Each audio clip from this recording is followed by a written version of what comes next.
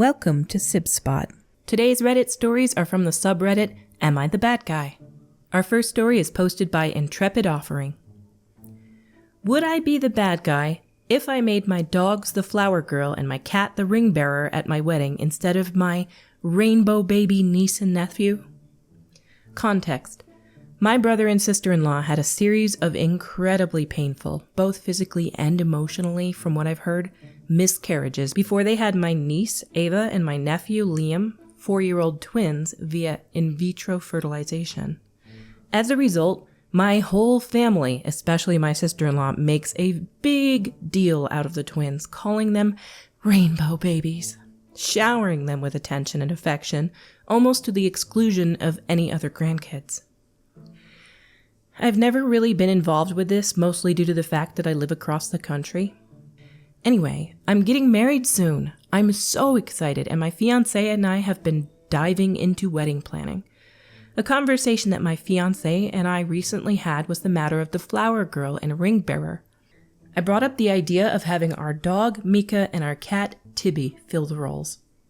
Understand, Mika and Tibby are like children to us. They helped me through my deepest depression. I honestly think I wouldn't be here anymore if I didn't have to stick around to take care of them.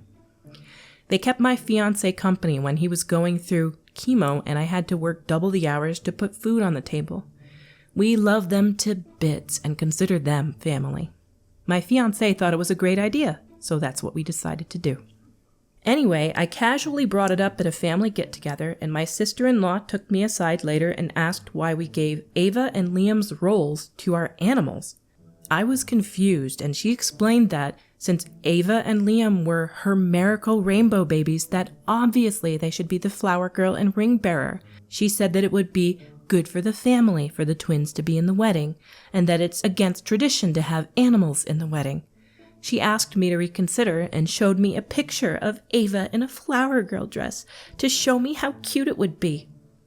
I told her that I wouldn't make any decisions without my fiancé's input, then I changed the subject.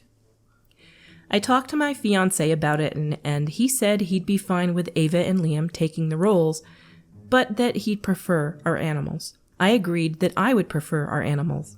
However, I'm now wondering if maybe having our animals in the wedding would offend the family or go against tradition. Honestly, I'm fairly sure we would not be doing anything wrong, but my mind has been spinning lately, so I figured I'd just get some second opinions. Some people, like me, love their animals more than they like relatives, so I completely understand why you'd want to have your animals in the wedding. My brother actually did this. He had, I believe, a super old dog was the ring bearer on his wedding day. There's a whole lot more to that story, but I'm not going to go into it here. It was not the greatest day. It does not matter how special her little babies are. She does not have to have her girl in a little flower girl dress on that day. She is being selfish here. And it may be going against tradition and you may upset your family. You need to do what you feel you would enjoy the most, what would make the day more special to you. You only get one of these. So do exactly what you want to do and do not worry about tradition. Do not worry about offending the family. Just do what you need to do. Your happiness on your wedding day is paramount here, not theirs. One of the top comments down below is by Sad Angle 434. That is Angle, right? Not Angel. Yeah. I might be the bad guy for saying this, but those kids are their miracle babies, not yours. Your fur babies are your babies, so not the bad guy. Most people seem to agree with you here. I'm guessing most of them are animal people too. Our next story is by Character Cow 2577. Am I the bad guy for refusing to listen to mother-in-law's speech on my wedding? So I hate speeches. I never understood that appeal. I think they are boring, exhausting, and very, very forced. But having said that, this is just my opinion, and I never force it on anyone. I have sat through long, excoriating speeches without complaining, like any other decent human being. When it was my turn to get married, however, I requested no speeches. We wrote that we loved everyone, and we knew that they loved us, so if you want to say anything, say it to us directly in private. My husband thought it was funny, but he knew my feelings about speeches. We had a small wedding with only loved ones, a weekend long. My husband loves games, so the wedding planner did a really great Taskmaster type of game, and everyone appreciated it. Dinner came and mother-in-law stood up and started by saying, "I know we are forbidden to make speeches by the bride, but this is my only son getting married, so I will say what I want to." I didn't hear the rest because I was seeing red. My sisters and bridesmaids were shocked. I pretended like she wasn't talking and continued my conversation with my girls. They did the same. Mother-in-law was furious. Both sister-in-laws were furious, and my husband was very angry that it showed in his profile he refused to look at me. The rest of the night was awkward. My husband sighed, sulking in their seats. I wanted to make sure it wasn't ruined for the rest of us, and we ended up having a blast. Next day, I spent with my family and friends. My husband said that I was very wrong in what I did. I couldn't force mother-in-law to shut the F up, and he knew she wouldn't no matter how much we told her. I shouldn't have disrespected and humiliated her like this.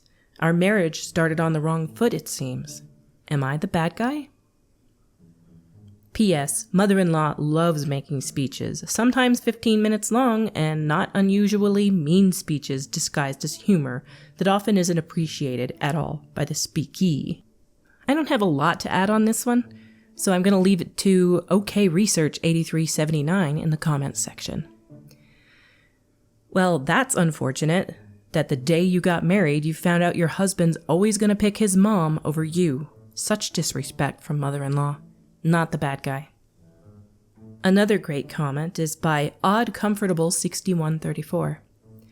Your husband showed you who he actually prioritizes, and it isn't you. Expect this behavior to escalate.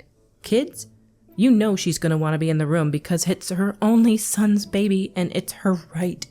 She's going to demand naming rights and to move in to help. It's early enough to get annulled, divorced, whichever. Just get away from this family if you rightly decide you deserve someone better. You are not the bad guy right now, but you'll be a bad guy to yourself if you lock yourself to being second place to this emotionally stunted family. Edit. To add to the divorce statement, I was under the impression that that's because they've been married less than a month, that an annulment would be easier or faster. Thank you, Redditors, for setting me straight. Our next is by Far Kale. Am I the bad guy for making my son shower before he comes to my house because of his sister's peanut allergy and not letting him come over when he didn't? I have a son, 14 male, with my ex-husband, as well as a daughter, 12 female, with my current partner. My daughter has one of the most severe peanut allergies her doctors have ever seen. To give you an idea, someone touching a peanut, touching someone else, that person touching a surface, and then my daughter touching that surface would cause a reaction, and has before. Because of this, we have to take precautions beyond what's normal for a peanut allergy. We can't eat out, we deep clean the house frequently, and any guests have to wash their hands when they come over and avoid touching stuff. It's a lot, and I can understand my son being frustrated, but the issue at hand has to do with his father's house. My son also has 2 young half-brothers at his house who unsurprisingly eat a lot of peanut butter and the like.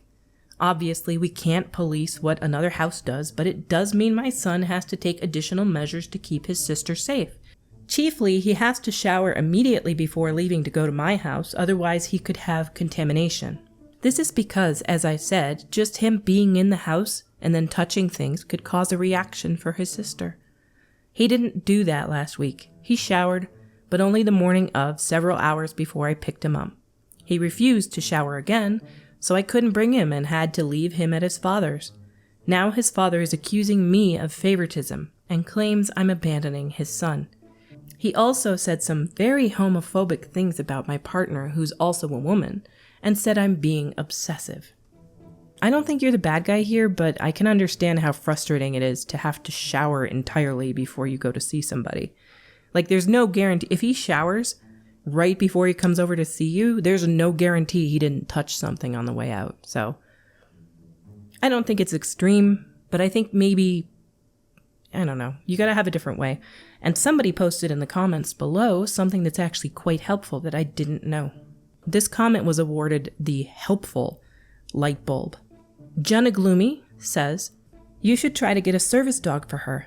I've read about another child who is extremely sensitive like your daughter, and she was able to get a peanut sniffing dog. If I remember correctly, the dog would walk into the rooms before her and let her know if it was safe to enter and sniffed people too. She was able to go to school and everything after she got the dog." Today's episode has come to a close.